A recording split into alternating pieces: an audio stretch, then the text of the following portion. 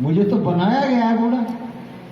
समय चक्र ने, परमात्मा ने ऐसा शरीर दिया कि वो देखते ही देखते देखते देखते कहां से कहां पहुंच गया, वृद्ध हो गया। अच्छा, कोई मन से वृद्ध नहीं होता है, तन से वृद्ध होता है। यहां जाना चाहिए, मन से वृद्ध नहीं होता है, तन से वृद्ध हो जाता है। ना उसकी आशा मरती है, ना उसकी तृष्णा मरती है। कि आशा तृष्णा ना मरी और मर गया शरीर। कोई कितना भी बूढ़ा हो जाए, लेकिन मरना कोई नहीं चाहता है। वो कहता भैया इस शरीर में मुझे रहने दो, जैसा है ठीक है, स्वीकार है। जवानी चली गई तो चली गई, जो है मेरे पास मैं उसमें ही ठीक हूं। लेकिन परमात्मा का कैसा खेल रचा है कि वो बहाने बनाकर जीव को शरीर से निकाल के अपने अमदूतों के द्वारा इस शरीर से निकाल के ले जाता है। इसमें मैं अभी पढ़ रहा था, ऐसा वृतांत बताया है, जो संसार मुक्त हैं, संसार में रमे हुए, उनका क्या हाल होगा इसमें बताया हुआ। मैं आपको थोड़ा सा पढ़ के सुनाऊंगा, आपकी रूह कांप जाएगी। इतना भयानक उन्हें सहजूबाई ने वृतांत बताया है कि कैसी कैसी सजाएं नरकों में दी जाती हैं। जीव दारुण चित्कार करता है, और उसमें लिखा है 56 प्रकार के जीव को वहां कष्ट दिए जाते हैं। एक दो नहीं, 56 प्रकार के कष्ट दिए जाते हैं। तो थोड़ा सा मैं आपको पढ़ के सुनाऊंगा, आप बड़े ध्यान से सुनना। इससे अब आपके हृदय में और मेरे हृदय में, दोनों के हृदय में ये भाव जगेगा कि हमको भगवान का भजन करके इस संसार सागर से अपने घर की ओर चलना चाहिए। अगर भाव जग गया तो तुम भगवान का भजन कर लेंगे, और भाव नहीं जगा तो कुछ नहीं कर पाओगे। तो संतों के वचन आप सुनो थोड़ा सा।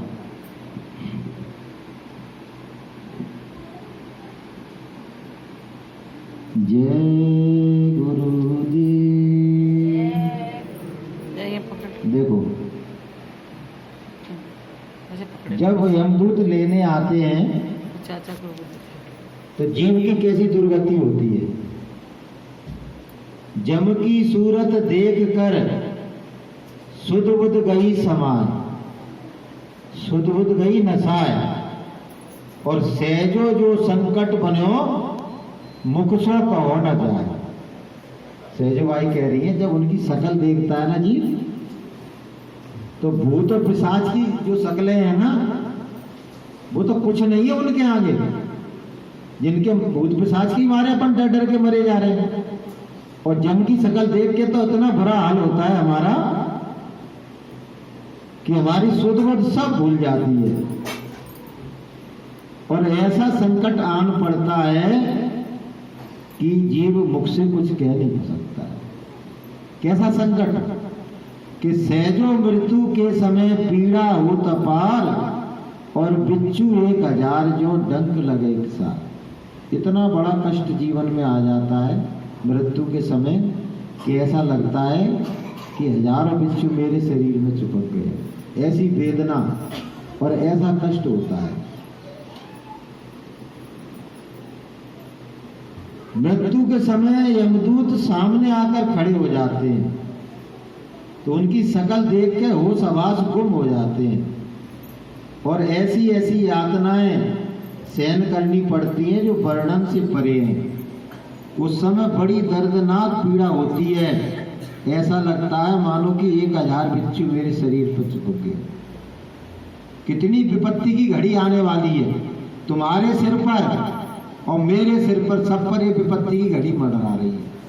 बताइए, और हम निश्चिंत होके संसार में रमण कर रहे हैं। कोई फिक्र ही नहीं है। तो फिक्र करोगे जब तक कुछ होगा। यमदूत इसे पकड़कर धर्मराज के सामने पेश करते हैं। पहले भी हर जन्म के अंत में इसके साथ ऐसा ही होता रहा है। वहां यह अनेक प्रकार की यातनाएं सहता है और नरकों के दुख भोगता है। उसके बाद फिर उसे 84 के चक्कर में डाल दिया जाता है।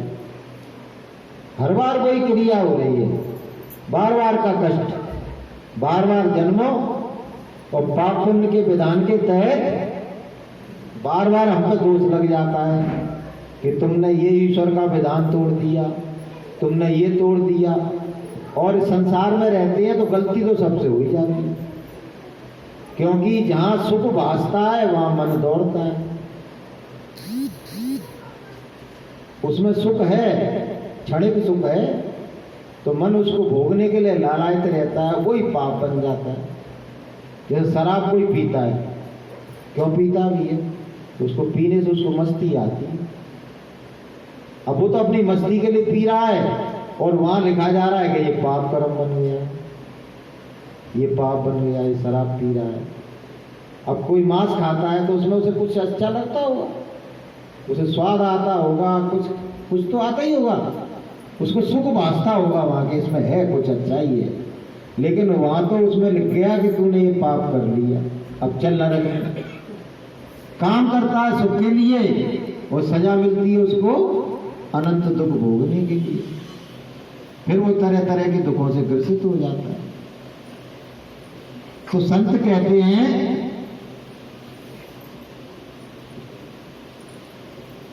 कि संसार से मुख मोड़ो, संसार से मुख मोड़ के हमको क्या करना है? भगवान की राह पर चलना है।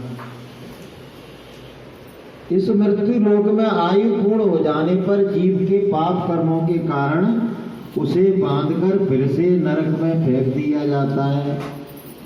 नरक अति गंदे और भयभीत, उससे नहीं बोला, नहीं बंद हो जाएगा, कर देने वाले होते हैं। वहां पापी करुणा भरी पुकार करते हैं, परंतु उनका दुख सुनने वाला कोई नहीं है। गुरु महाराज क्या कहते हैं? आर्तनाद, आर्तनाद करते, बड़ी जोर से चिल्लाते, सबको बुलाते हैं, भैया आके बचा ले, पापा आके बचा लो, मम्मी बचा लो, दोस्त बचा लो, देवी देवता बचा लो मुझे यहाँ, हे भगवान तू ही बचा। लेकिन वहां कोई भी नहीं सुनता है। वहां तो एक बार फैसला हो गया कि तूने ये बुरे कर्म किए जो संतों महात्माओं ने, रामायण ने, गीता ने, वेद ने, पुराण ने जिनको ना करने को कहा है। अगर उन कार्यों को तुम करोगे तो यही सजा सबको मिलने वाली है। बचना है तो रामायण की मानो, गीता की मानो, शिव पुराण की मानो, भगवान ने जो कहा है उसको मानो, संत जो कह रहे हैं। अच्छा जी, कोई अलग अलग थोड़ी कहते हैं, जो भगवान कहते हैं वही संत कहते हैं। ऐसा थोड़ी है कि भगवान ने कह दिया कि तू शराब पी, कि रामायण में कहीं लिख दिया है कि मांस खाना अच्छी चीज है, कहीं लिखा है क्या? कहीं कोई नहीं कहता है बुरे काम करने के लिए। चोरी करना पाप है तो पाप है, झूठ बोलना पाप है तो है, रिश्वत लेना पाप है तो है, व्यभिचार करना पाप है तो है। तो सभी ने वर्जित किया उसको। ऐसा थोड़ी है कि किसी संत ने कह दिया कि हाँ तुम करो। जो वर्जित है, जो निषेध है, उसको यदि करोगे तो ईश्वर के विधान में तुम पाप आत्मा कहलाओगे। देखो, जो हमारे देश का विधान है ना, उस विधान को कोई तोड़ता है तो पाप आत्मा नहीं कहलाता है, वो अपराधी कहलाता है।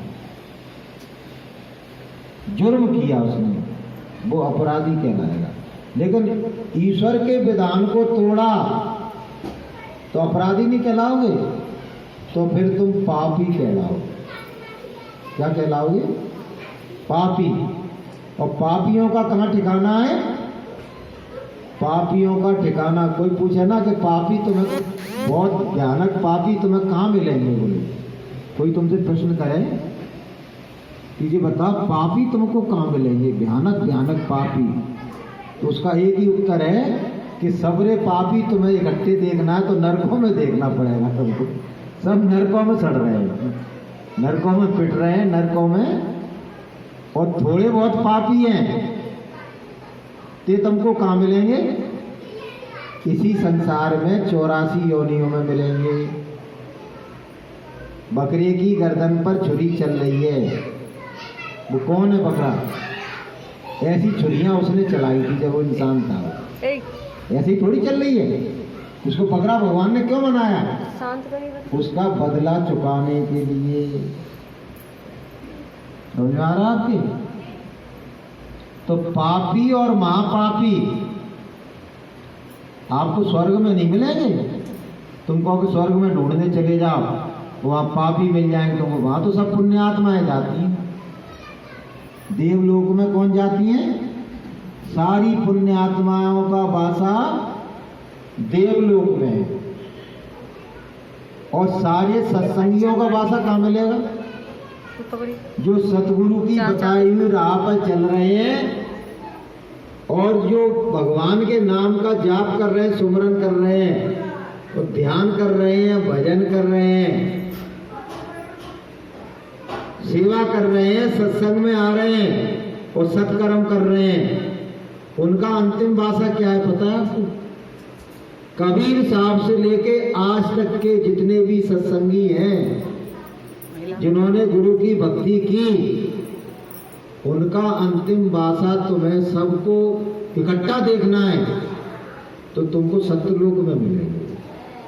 बोलिए प्रेम से। वो स्वर्ग वैकुंठ में भी नहीं मिलेंगे, वो ईश्वर के धाम में भी नहीं मिलेंगे, वो ब्रह्मलोक में भी नहीं मिलेंगे। वो कहाँ मिलेंगे? सब के सब, किसी का भी तुम पता नोट कर लो। जैसे कबीर साहब के भक्त थे धर्मदास, और आज पूछा जाए धर्मदास कहाँ है तो बोले चले जाओ सत्यलोक में मिलेंगे। मीरा भाई कहाँ मिलेंगी? बोले सत्यलोक में मिलेंगी। सहजो भाई कहाँ मिलेंगी? जिनकी किताब में पढ़ रहा हूँ, कहाँ मिलेंगी? वो सब। रानी इंदुमती कहाँ मिलेगी? कबीर साहब की चेली थी। सबको तुम्हें ढूंढना है तो तुम्हें सत्यलोक ही जाना पड़ेगा। पापियों का ठिकाना नरक लोक, पुण्य आत्माओं का ठिकाना स्वर्ग लोक, और संतों की आत्माओं का ठिकाना कहाँ मिलेगा? सत्यलोक। और बाकी का ठिकाना कहाँ मिलेगा? जैसे कोई शंकर भगवान की भक्ति कर रहा है, भगवान राम की भक्ति कर रहा है, ये भी लोग तो है दुनिया में। कोई हनुमान जी की भक्ति कर रहा है, कोई माता मैया की भक्ति कर रहा है, कोई कृष्ण भगवान की भक्ति कर रहे हैं ना बहुत लोग। तो भैया अगर अनन्य भाव से ये जिस भी देवता की, जिस भी भगवान की भक्ति कर रहे हैं और भगवान उन पर प्रसन्न और मेहरबान हैं और खोटे कर्मों से बचे हुए हैं, तो सारे के सारे उनके भक्त उनके लोकों में मिलेंगे। उनके भी तो अपने लोक हैं, जैसे राम का लोक साकेत लोक है कि नहीं है? शिवलोक शिव का लोक है, ब्रह्मा का अलग लोक है, विष्णु का अलग लोक है। तो कोई साकेत लोक में मिलेगा, कोई ब्रह्मलोक में मिलेगा, कोई गंधर्व लोक में मिलेगा, कोई वैकुंठ में मिलेगा, कोई स्वर्ग में मिलेगा। तो जैसा जो कार्य कर रहा है उसकी वही गति होने वाली है। और जो संसार में रमण कर रहा है और जो भगवान की राह पर नहीं चल रहा है, जो, अच्छा एक बात और है, जो संसार में रमण कर रहा है, संसार में मशगूल है और भगवान की राह से दूर है, जो सत्संग से दूर है, वो कोई ना कोई खोटा कर्म जरूर कर रहा होगा। जो संसार में मशगूल है वो कोई ना कोई खोटा कर्म जरूर कर रहा होगा। छोटे कर्म अगर नहीं कर रहा है तो भी उस पर एक दोष ये लग रहा है कि झूठे और नश्वर फना होने वाले संसार में तू इतना आसक्त क्यों रहा। तुझे तो मनुष्य शरीर मिला था परमात्मा का भजन करने के लिए, आत्मा को जगाने के लिए और अपने घर जाने के लिए और 84 के फंद से और नरकों से बचने के लिए। तुझे 84 लाख योनियों के बाद भगवान ने कृपा करके तुझे मनुष्य शरीर दिया था, फिर तू संसार में मशगूल क्यों हो गया कि आए थे हरि भजन को और होटल लगे कपास। आए थे संसार में भगवान का भजन करने के लिए और करने क्या लगे, संसार में ही व्यस्त हो गए कि झूठी माया झूठी काया, जो सुमरे सो प्रभु को पाया। झूठी माया झूठी काया, जो सुमरे सो प्रभु को पाया।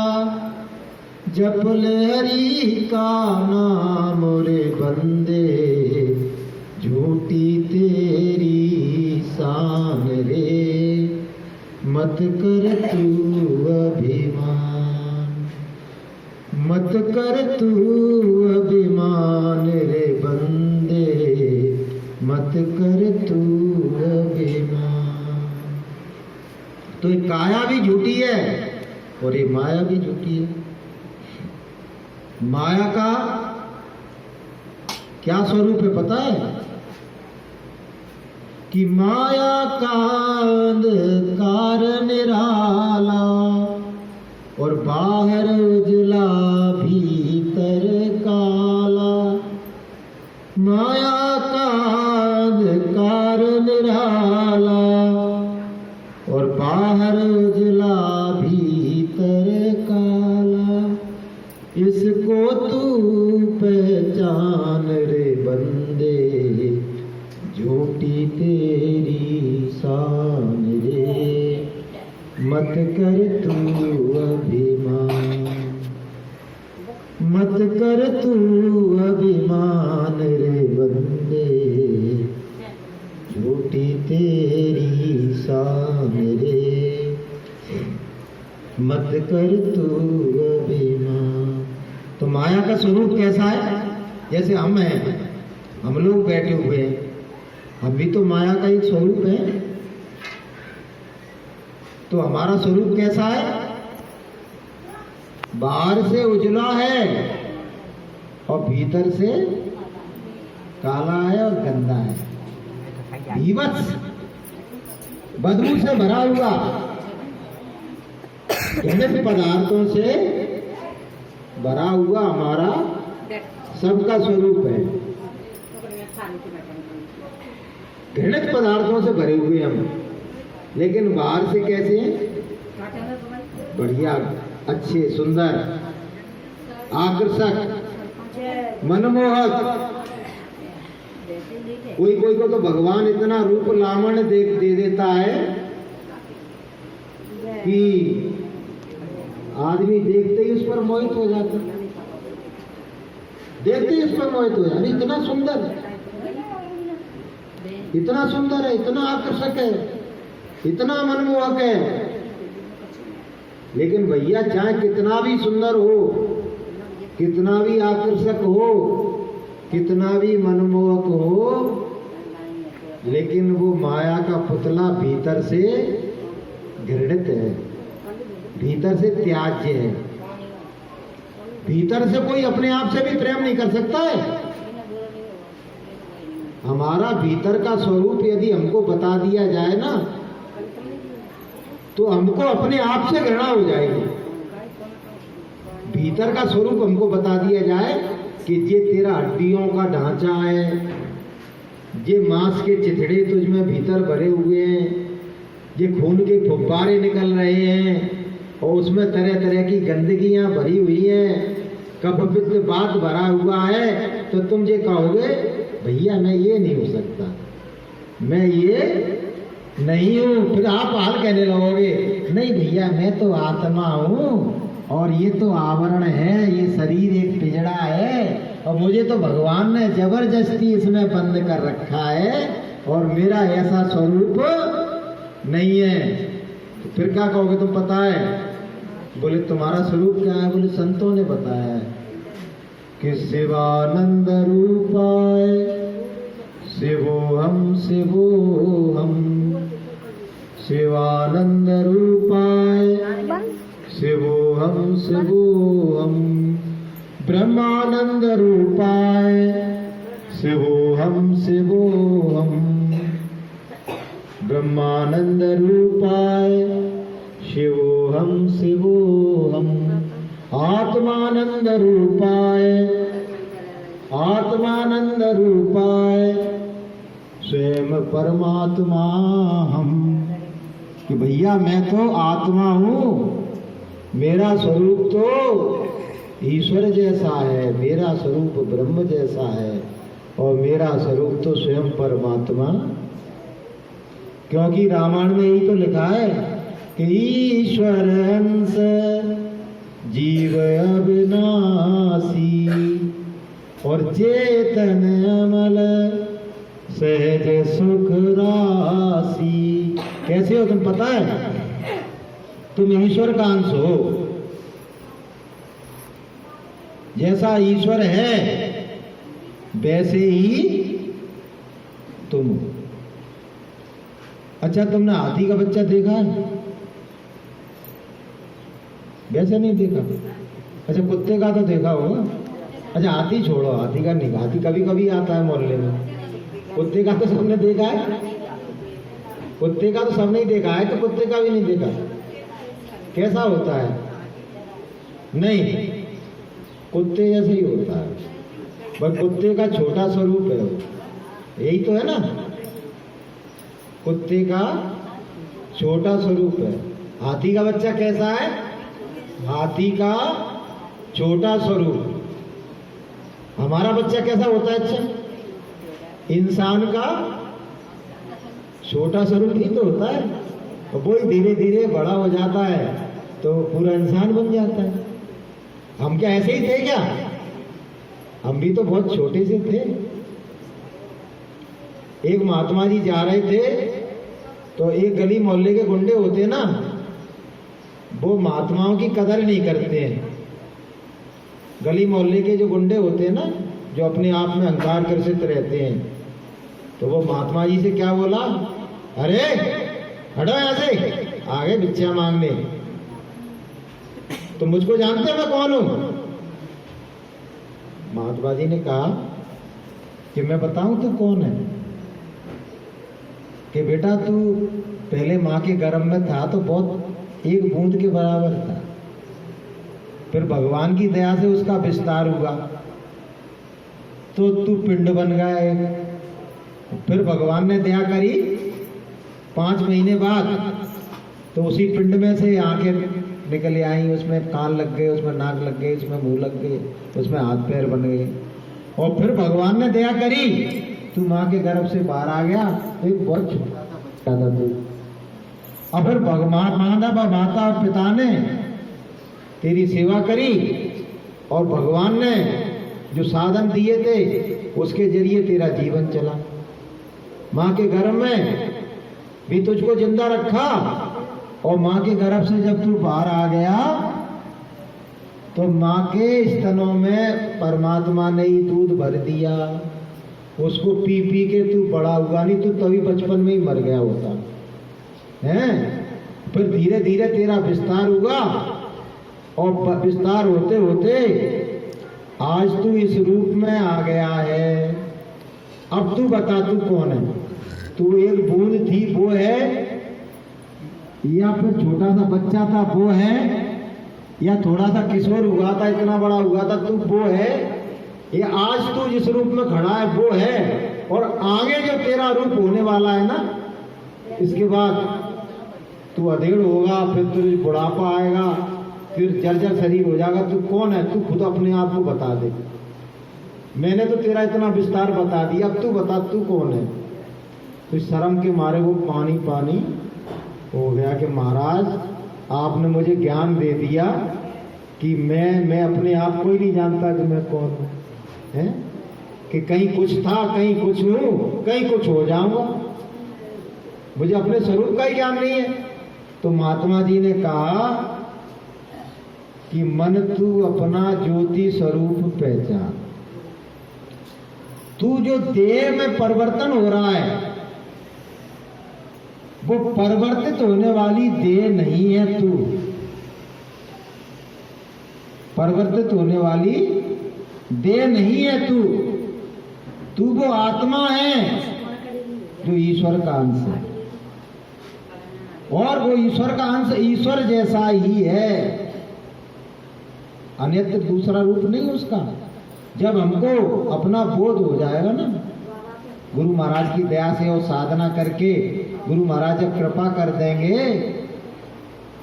तो जब हमको अपनी आत्मा का बोध हो जाएगा ना, वो कहाँ होता है पता है? जो गुरु महाराज के हिसाब से बता रहा हूँ, जब ईश्वर के लोक को हम पार कर देते हैं, जब ब्रह्म के लोक को पार कर जाते हैं, जब पार ब्रह्म में जाते हैं, और जब वहाँ एक बहुत बड़ा तालाब है, वो अमृत से भरा हुआ है। कितना बड़ा है पता है? वो ऐसी अपनी जो पृथ्वी है ना, जो मृत्यु लोक है, ऐसे उसमें लाखों करोड़ों समा जाएंगे। इतना बड़ा तालाब है। उस तालाब में जब हम स्नान करती है मेरी आत्मा, मेरी रूह, और स्नान करके जब बाहर निकलती है ना, तब उसको अपना बोध होता है कि मैं इस रूप में हूँ, मैं इतनी सुंदर हूँ, अरे मेरा स्वरूप तो ऐसा है जैसा स्वयं परमात्मा है। बोलिए प्रेम से। तो जैसा परमात्मा है वैसा ही मेरा स्वरूप है। और हम कहाँ फंस गए? इस बदबू के, इस गंदगी के, इस ढेर में फंसे हुए। इसको हमने स्वीकार कर लिया। सबसे बड़ी विडंबना तो ये है कि इस हाड़ मास के स्वरूप को मैंने स्वीकार कर लिया है कि मैं ये ही हूं, मैं ये हूं।